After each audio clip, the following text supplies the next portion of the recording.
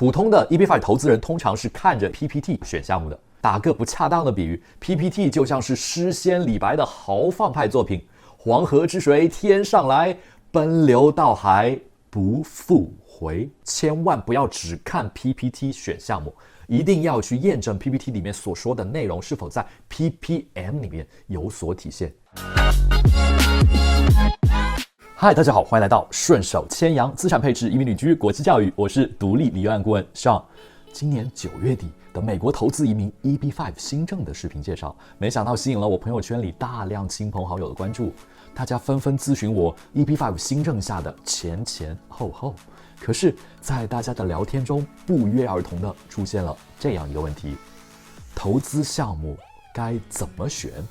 是啊，当我调查了身边亲友里过去10年有亲身经历 EB5 过程的案例后，我非常遗憾地发现，虽然所有的朋友都拿到了绿卡，但是超过半数的朋友至今都没有拿回项目投资款。因此，到现在 EB5 新政好形势下，我们到底该怎样才能既能够顺利全家拿到绿卡，还能从投资项目里成功的全身而退呢？今天这个视频带你揭晓 ，Let's get into it。首先，我给大家看一下美国移民局 USCIS 关于 EB5 的官方数据。过去10年，已经有超过10万人通过 EB5 投资移民拿到了美国绿卡。移居不移民，拿着美国绿卡在中美两边住，享受东西方双边红利。但是，相信很多人也看到了，有不少 EB5 投资人踩过坑，导致钱卡两失，或者拿到了卡，钱拿不回来，或者到现在还没有拿到卡。虽然坑并不是 EB5 行业的全貌，不成功的项目占比也是少数，但是一旦遇上，失去的不仅仅是钱，可能还有对整个家庭的影响。因此 EB5 选项目这个事情确实值得研究。EB5 新政跟之前的老政策一样，它依旧是一项风险投资。不过 EB5 新法为吸引新的申请人，特意为新的 EB5 预留签证项目留出了32%的绿卡名额。这特地留出来的名额，给这些新法下的项目所带来的好处就是目前暂无排期。就是无排期这一点，为中国申请人提供了绝佳的机会。那么我们怎么样选项目才能够避免踩过去的投资人踩过的坑呢？今天我将以一位独立顾问的身份，并站在各位投资人的角度，来好好分析分析大家如何从第一步开始，步步为营，选择最适合你的好项目。如果你遵循我今天总结的这些基本原则，你绝对可以避掉市场上99%的坑。选项目绝不是一件简单的事情。为了尽量讲得到位一些，这个视频会比通常的视频长那么一点点。大家作为考虑 EB5 项目的潜在投资人，绝对可以受益匪浅。一、选择一个安全稳定的行业和成熟的业态。对于 EB5 申请人来说， EB5 的投资第一要义就是安全，这点毋庸置疑。选择一个低风险的行业是保证项目成功的基础。往往行业选择正确了，资金和绿卡的安全性就保证了一半。无数血的教训已经证明，EB5 投资切忌选择冷门或者波动性、周期性强的行业。房地产行业的总体安全性是要高于其他任何行业的，这是一个大家都可以很容易理解的普遍常识。这也是为什么 USCIS 获批的大半 EB5 项目都会集中在房地产行业的原因。地产行业相比其他的行业风险更低，行业运营模式更加简单明了和成熟，现金流相对充沛。而在地产行业中，根据现金流的充沛以及不同的波动性，安全性从高到低可以细分为出租型、出售型、办公零售、常规酒店、商场景区度假酒店。举个真实的例子，有一个政府参与的基建项目，开发商和政府共同出资，项目建设完成得很好，但问题就在于 EB5 资金参与的是项目后期的运营销售阶段，最后开发商没能将签订的项目卖出，导致项目破产。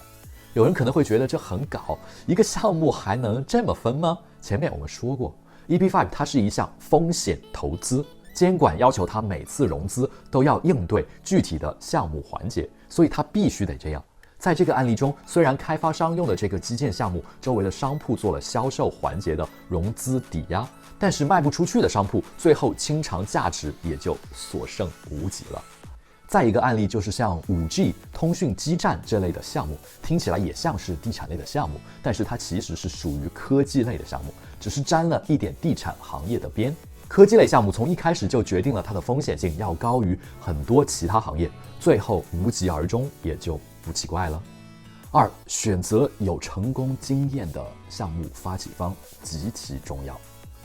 选好行业业态以后，第二步就是选择项目发起方，英文叫做 sponsor。sponsor 在美国商业中是一个非常普遍的概念，一般中文翻译为发起人或者项目发起方。项目发起方是资金的使用者和主导者，通常是一般合伙人 general partner， 对项目有着绝对的控制权和话语权，因此它也决定着项目的成败。一个好的项目发起方是确保项目成功的关键。大家有没有听过这样的案例？某大型区域中心的度假村酒店项目建成，度假酒店入住也不错，但是项目最后还是破产了。什么原因造成的呢？具体细节外人无法一一知晓，但它的失败一定是跟项目的定价和成本控制有关。项目成功了，入不敷出的最后结局就只能申请破产了。谁定的价呢？谁做的成本控制呢？都是刚刚所说的 sponsor。好的 sponsor 不是靠州长或者总统合影就能够体现出来的，而一定要看这个 sponsor 的业绩记录。优质的 sponsor 需要具有直接的行业经验和可靠的市场知识，并且有成功的业绩记录可查。在所有的业绩记录中，最重要的就是清偿债务的记录。虽然历史不代表未来，但是马克·吐温的至理名言依然警钟长鸣：历史不会重复，但会押韵。有着长时间行业经验和优秀业绩记录的发起人，在项目安全性、成本控制方面一定是有其独到原因的，要比那些没有良好业绩记录的发起人可靠10000倍。除了业绩历史记录之外，还有一项重点是要考察 sponsor 的投资能力。因为 EP5 移民的本质是一项私募基金投资，这个私募基金能否成功，直接决定了绿卡与资金是否安全。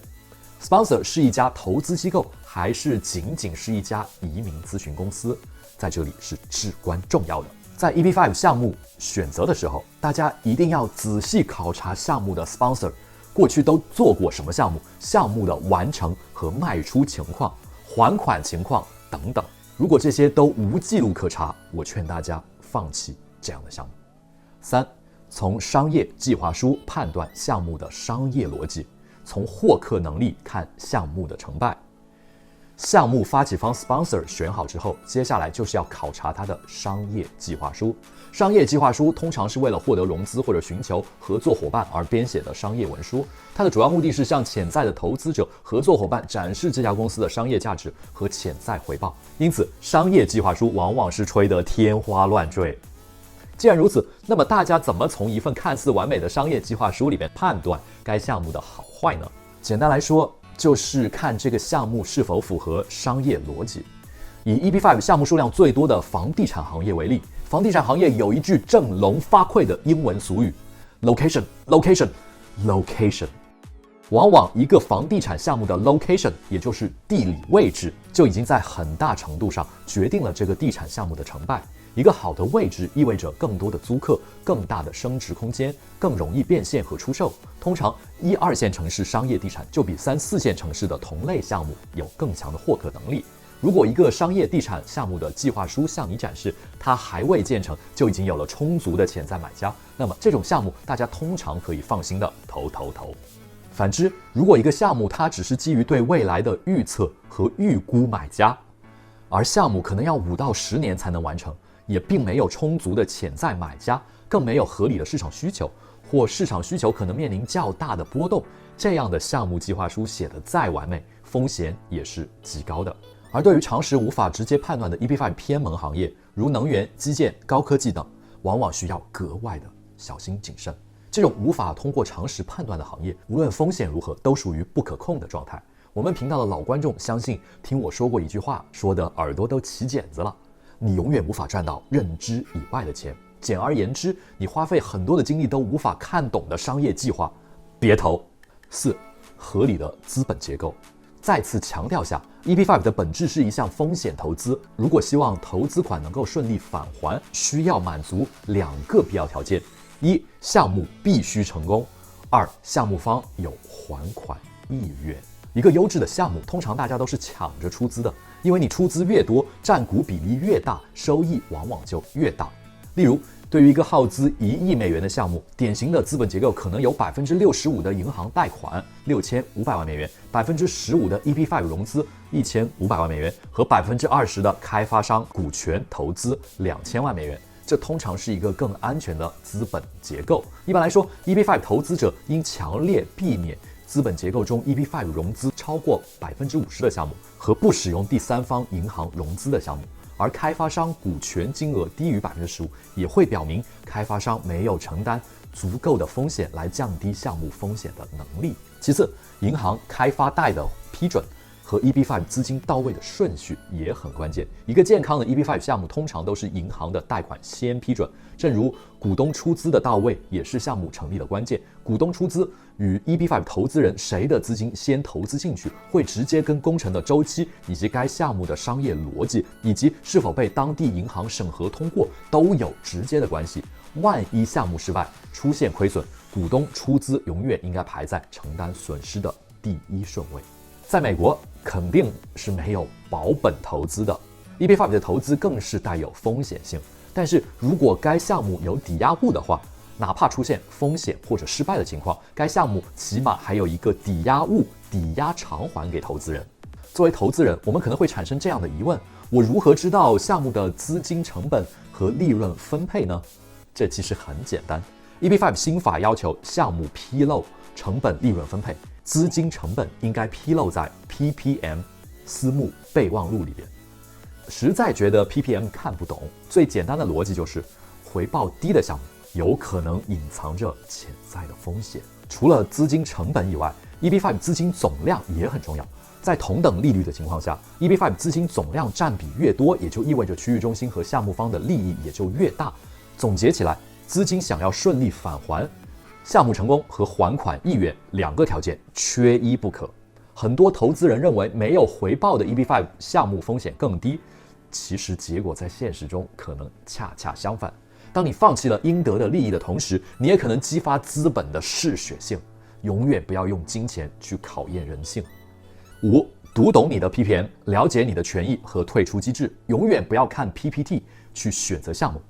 普通的 EP5 投资人通常是看着 PPT 选项目的，实际上 PPT 是没有任何法律效应的文件。打个不恰当的比喻， PPT 就像是诗仙李白的豪放派作品，黄河之水天上来，奔流到海不复回。而前面提到的 PPM 不同， PPM 私募备忘录是具有法律效应的证券披露文件，其作用相当于招股说明书，当然它也能规避项目发起方的责任。EP5 的本质是一项私募投资，你投出资金以后，使用你资金的人需要对你的资金做出使用安排说明，以及写明你的权益，比如收益多少、是否协助取得绿卡等等。而这些安排和权益就体现在 PPM 当中。PPM 是项目发起方 sponsor 对 EP5 投资人的承诺、义务、风险提示以及免责声明等等。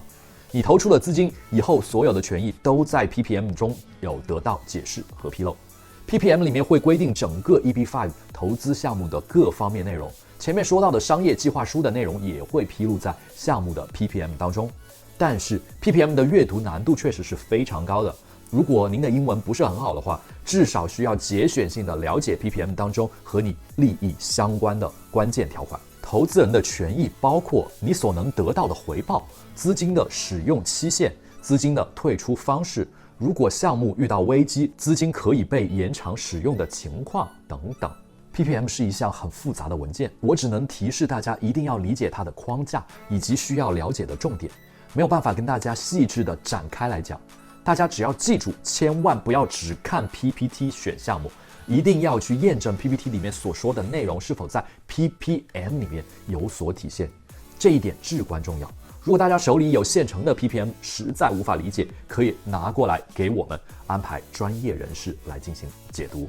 当然，也不能单从商业角度就判断项目的好坏，因为它与 EB5 移民身份获批也不完全一致。一个项目看起来会很成功，可能导致 EB5 很好卖，卖得多，超过了项目本身能创造的就业数量，转正式绿卡时可能导致审批失败。所以我们要特别注意项目方的报批资料，不同种类的投入在计算就业时重要性不同。比如房地产项目中最常见的家具、地毯等等，要关注它们是否被明显的调高。至于不用银行贷款而以 EB5 资金为第一优先，显然容易出现就业数量的不足，因为通常作为最大体量资金的银行贷款才是创造就业的主体。EB5 人群是沾银行贷款的光，光靠自己这一点点投资资金单干是肯定不够的。总而言之，判断一个 EB5 项目是否安全可靠，以上5点可以作为大家选项目的参考坐标。但是对于在具体项目对比中究竟是选 A 还是选 B 或者是选 C，